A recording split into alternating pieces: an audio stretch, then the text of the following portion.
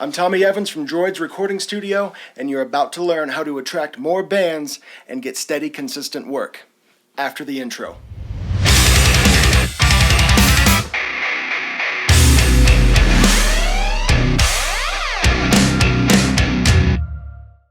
DROIDS Recording Studio is run by two people, Tommy Evans, that's me, and Devin Schmid. Devin is at his place watching Toy Story 3 and trying really hard not to cry this time.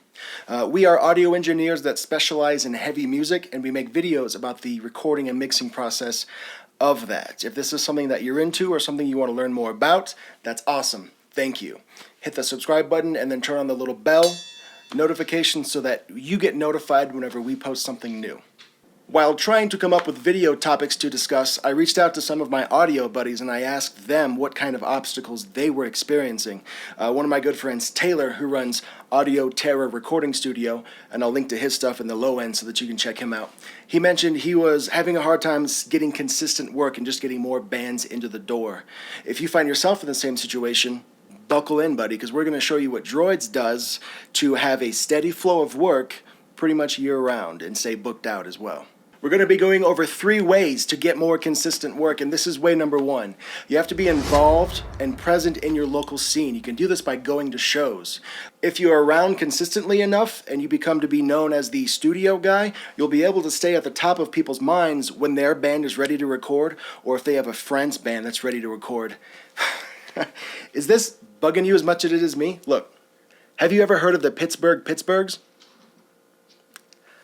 I haven't, but I root for them. Anyways, moving on. Sorry, bothering me. Let's do it. Now, if you chose this hobby or career as an audio engineer, then you probably enjoy sitting in your dark room, twisting knobs and tweaking presets day and night, and not really interacting with other people. You might actually enjoy this, and the thought of going out and interacting with other people might not be your favorite activity, and that's okay. I get it. I'm the same way sometimes.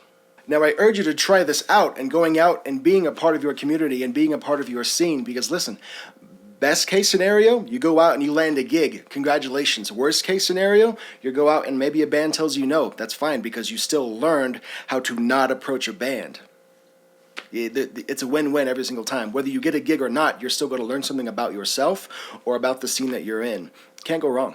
Now, one way to approach a band while you're at one of their gigs is probably after they're done, go up to their table and say, hey, you guys, you know what, I enjoyed your set, I think you guys are awesome. I've got a studio, then I think that we would be able to benefit if we worked together. I'd love to record some of your songs.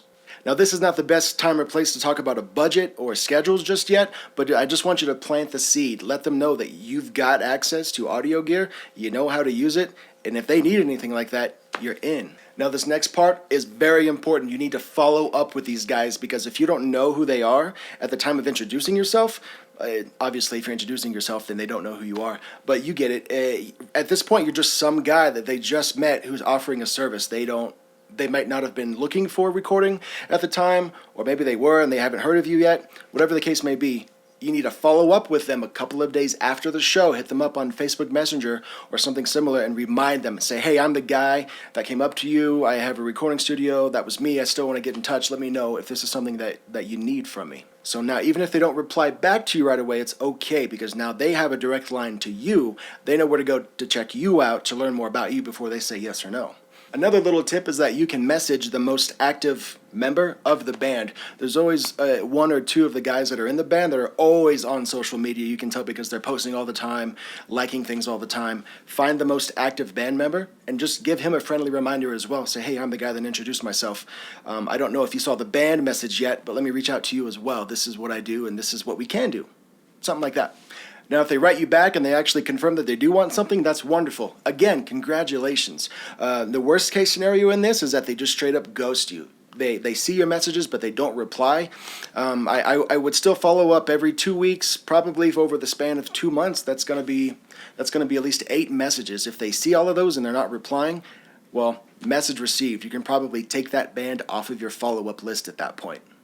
The second thing that DROIDS does to stay consistent and have a steady workflow is that we ask for word of mouth. Now, if you've spent any time in sales, the first thing you learn is that you don't get what you don't ask for.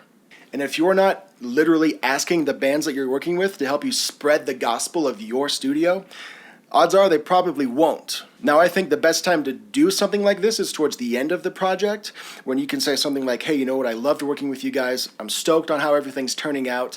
Thank you again for giving me this opportunity to work with you and to work for you guys. If you guys have any friends that are in bands that are ready to record, or if anybody in your shared space mentions recording at all, I would love if you have them hit me up. Or better yet, if you let me know who's looking, and then I can go find them myself and hit them up directly. This way you're being more proactive and you're actually casting your line into the water instead of waiting for a fish just to swim up and jump itself into your frying pan. I know, that was a weird fishing reference, but you get it. The third way that Droids stays consistent with a steady workload is that we have a reward system, believe it or not. Even if you have boosted posts on Facebook and Instagram, or if you're leaving your business cards around town, the majority of your work is probably going to still come from word of mouth. And this is actually great because word of mouth is free. So take advantage of this and encourage it. Now, this is kind of how Droids does our rewards system. Band A that we just finished recording, they're going to go off and they're going to tell their friends, hopefully after we ask them to, they're going to go tell their friends' bands to come see us. If they do, here's the deal. Whether that second band, whether band B comes to us or not to record, we're still going to reward band A for putting in that referral in the first place. We do that by when they come back to the studio, we'll give them a free intro, or we'll knock a certain dollar amount off the total package, or we'll reduce the package by a certain percentage point. That's just a way for us to say thank you. You can do the exact same thing for if the band that they referred to you does come to you. So now you've successfully got a referral system in place. Band B comes to you because band A told them to. Now you can do the same thing. Give them a free intro, or give them a certain dollar amount or percentage off of the total package price. Here's the thing. In business, if you're able to walk past a small amount of money to get to a bigger amount of money, you're going to be in the right mindset to actually succeed. And that small amount of money is that 50 or $100 or whatever it is that you're knocking off the price, so that you can then accept the larger sum of money for actually booking the gig in the first place. I hope that makes sense. Go back, watch it again. I'm pretty sure it does. If you want to create a network and a community around your studio and in the music scene, having fun, rewarding things like this to keep bands coming to you and coming back to you is going to get you on the right path.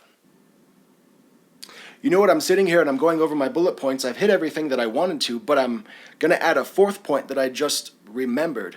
I know I said 3 ways to stay consistent, but this is way number 4. Bonus tip, here we go. Oh, if you haven't hit like yet, now would be a good time. The fourth tip that we do to stay consistent and have a steady workload is that we have a portfolio. Now, if you're a new engineer and you haven't recorded any bands yet, or you don't have enough work you feel like to actually put a portfolio together, there's good news, because there's websites that actually host free raw files for you to practice your mixing. I'll link a couple of them in the description below, ones that I can remember off the top of my head. Now, you got to be careful though, because some of these websites have fine print and stipulations. Some of them will give you free reign to use these songs in your portfolio indefinitely. Some of them want you to give the artist or the studio credit, and then some of them just straight up say, don't use this in your portfolio. Understand what website you're on and read the rules of the website that you're downloading these files from, so that you know how to play. And if you're on a website that lets you actually download the files and use them in your own portfolio indefinitely, good. Start downloading, start mixing, create your portfolio. Now, what I mean by portfolio is this. What Droids does every year is we'll release another, basically what we call a highlight reel. It's usually 2 to 3 minutes long, maybe closer to 3 or 3.5. We take 5 or 6 of our favorite productions over the last year, and we just snip them down into probably 10 or 20 different second snippets that we then put into one 3-minute song. So it's an audio highlight reel that you can listen to, and you understand what I'm saying. I hope you found these tips helpful and insightful. If you did, drop a like and please share with your audio friends. Also, question for you, which one of these 4 methods are you going to start using? Another question, if you've already been using some of these, which ones have you been using and which ones have brought you the most success? I'd love to hear. If you want your music mixed by us at Droids Recording Studio, please contact us at the contact links in the low end. We really look forward to chatting with you. Until next time, always use your blinker and change your strings.